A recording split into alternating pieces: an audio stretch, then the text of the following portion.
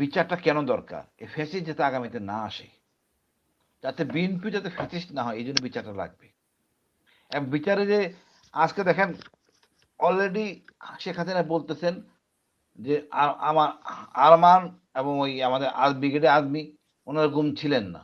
এখন তো আমার স্পষ্ট কথা, এই গুমের এই অংশগুলি দৃশ্যমান থাকতে হবে, ভাঙা যাবে না মিউজিয়াম হিসাবে। এখন যে কথা বলে ক্ষমতা আসলে কি বলবে, উল্টো তো জেলে ঢুকাবে, তারপর টর্চার করে নিয়ে 164 করবে, আমার দিয়ে করাবে না মিথ্যা বলছি। সব সম্ভব এই দেশে আপা। এই জন্যই বলতেছিলাম আমাদের শহীদ জিয়ার সন্তান, আমাদের আগামী দিনের নেতা, উনি এগুলি পরিষ্কার করবেন। আপা একটা জিনিস বলছেন সুপ্ত আর গুপ্ত, এটা হুম। কৌশল। এটা যদি জামাত করে থাকে আমি বলি এক্সিলেন্ট, বাট জামাতের অবদান বলতে হবে, জামাত তার কর্মীর জন্য কতটুক করে এটা আমার দেখতে হবে। আমি নিরপেক্ষভাবে জেলখানা ছিলাম, আবার আমি চ্যালেঞ্জ করে বলতে পারি জেলখানা যে বিএনপির লোকগুলি ছিল ওরা ফিরে এসে গালি দিবে তার নেতারে, তোমার কথায় আমি গেছিলাম মিছিলে ধরা খাইছি, তুমি আমার খোঁজ নাও নাই, এই কথা বলবে। আমার সে করবে কিনা দেন, আমি কাউকে দেখিনি এসে বলছে যে আমি করবো। জামাতের লোক আবার গেছে, আপা বিশ্বাস করেন সকালে ঢুকছে বা বিকালে ঢুকছে, পরের দিন সকালবেলা লোক চলে আইছে, নাম ঠিকানা নিয়ে গেছে, তাকে একটা লুঙ্গি একটা গামছা, টাকা 500, ওষুধ কি লাগবে ঠিকানা কি সব দিয়ে গেছে। পরবর্তী 24 ঘন্টার মধ্যে তার বাসার সাথে যোগাযোগ থেকে শুরু করে আপা সব দিছে। আপনি আশ্চর্য হবেন, ওই ডায়াবেটিস বাবার মেশিনটা পর্যন্ত আমার দিয়ে গেছে। এবং এই যে জিনিসগুলি আপা এটা দরকার, নাহলে আপনার কর্মী থাকবে না। জামাত এটা অন করে নিজের লোককে। তারপরে বলবো আমরা ভালো শাসক চাই, আমরা একটু না, ঘুরে দাঁড়াতে চাই, আমার যা আছে আপা প্রতিশ্রুতিগুলো তাই নিয়ে নিয়ে আপনার থাকবো। কাছে একটু শুনতে চাই। জামাত যে প্রতিশ্রুতি দিচ্ছে যে দুর্নীতিতে জিরো টলারেন্স বা ঋণ, সুদবিহীন ঋণ, আবার বিএনপি আপা বলছে আমি ফ্যামিলি কার্ড, তো কোনটাকে আপনার ভালো মনে হয়? মানে না না জনগণ আসলে কোনটাকে ভালো মনে করে? আর আর হ্যাঁ না, আপা না ভোটের পক্ষে মানে সরকার বলছে, তো হাফ ভোট অনেকে বুঝেই না কিভাবে দিবে। আপা হা ভোটটা লোকে আপনি সংস্কার করতে চান, না চান তাহলে দিবেন না। আবার হা ভোটটা আমাদের লাগবে আমাদের জাতির সুদয়ে দাঁড়ানোর জন্য। দেখেন আমরা হা ভোট করলাম, এই ঋণ খেলাপি কথাটা আমরা কিন্তু সংস্কার মধ্যে আনলাম না, কতখানি ব্যত্যয় আমাদের। তারপরে আবার এই যে 25 লাখের জায়গায় 1 কোটি করেন, নাহলে একদম খালি রাখেন, কিভাবে কম খরচে নির্বাচন করা যায় সেই প্রক্রিয়াগুলি পরিষ্কার করা দরকার ছিল। এখন আপনি বলতেছিলেন যেটা যে প্রতিশ্রুতি। ব্যাংক ঋণ, এটা ইসলামী ব্যাংকের সিস্টেম আছে ঋণ, ওটা হলো গিয়ে আপনার যতই বলুক সে যে সুদ মুক্ত তো হবে না, ও ব্যাংকও তো আনে সুদ দিয়ে আনে টাকাটা। ইসলামী ব্যাংক তো টাকা নিজে আবিষ্কার করে না, বাংলাদেশ ব্যাংক থেকে লোন নেয়, সেটা 3% হয়। হুম। সার্ভিস চার্জ মিলে 4%, ওই সার্ভিস চার্জের মধ্যে দেখাবে যে ইন্টারেস্ট, তারা ব্যাংক নেয় নাই, ওটা নিছে।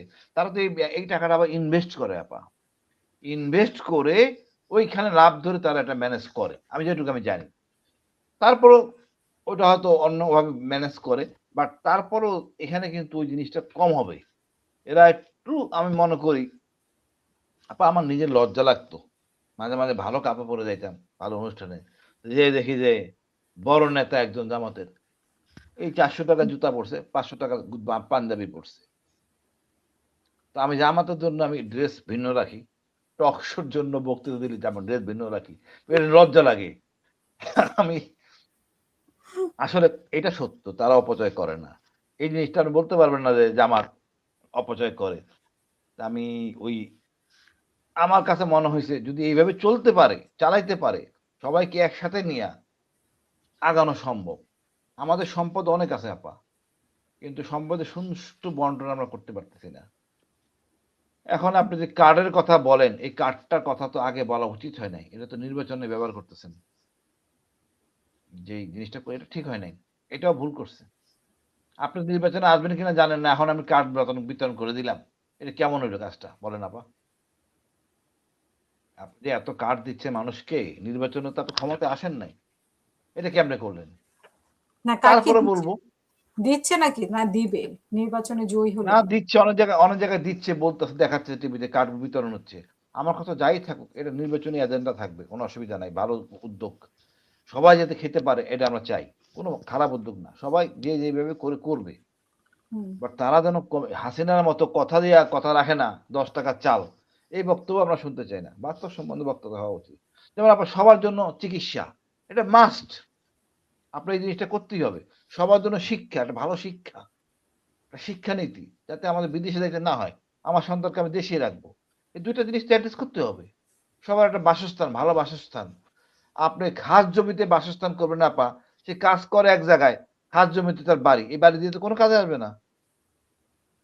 হুম, আমরা কেন ঢাকা শহরে বস্তিবাসীর মধ্যে বহুতলা বিল্ডিং বানাবো না আমার বলেন আপা। আপনি তো লন্ডনে থাকেন, ওখানে যারা রিক্সা চালায়, ভ্যান চালায়, গরিব নির্বোধ, তারা কি ভালো বাসায় থাকে না? বহুতলা বিল্ডিং করে দেওয়া হয়েছে, লিফট ব্যবহার করে। কেন আমার এই মানসিকতা হবে না যে আমার বুয়াও লিফট সবারিতে থাকবে, তার বাচ্চা ইউনিভার্সিটিতে পড়াশোনা করবে? এটা তো সম্ভব। ও বস্তিবাসী জায়গার মধ্যে করেন, 10 তলা 8 তলা বিল্ডিং, জায়গাটাও ছোট হয়ে আসলো, অনেক সুন্দর জায়গা, বাগানের মতো হবে, করতে পারেন। মাইন্ড সেট আপ চেঞ্জ করেন। এটা করা, আমরা এটা করবো না। আমরা চাই না আমাদের গরিব লোকরা সচ্ছল হোক, ভালো লেখাপড়া করুক, তাহলে আমরা নির্বাচনে লোক পাবো না। আমাদের এই মানসিকতা থেকে ফেরত আসতে হবে আপা। আমি এটা সম্ভব, এটা অসম্ভবের দেশ না। তাও আমরা আশাবাদী, বিএনপি যদি আসে, জামাত যদি আসে, তাও ভালো। বা তাদের একটা চেষ্টা থাকা উচিত, আওয়ামী লীগ যাতে না আসে, পুনর্বাসিত না হয়। জি, ধন্যবাদ আপা। অসংখ্য ধন্যবাদ।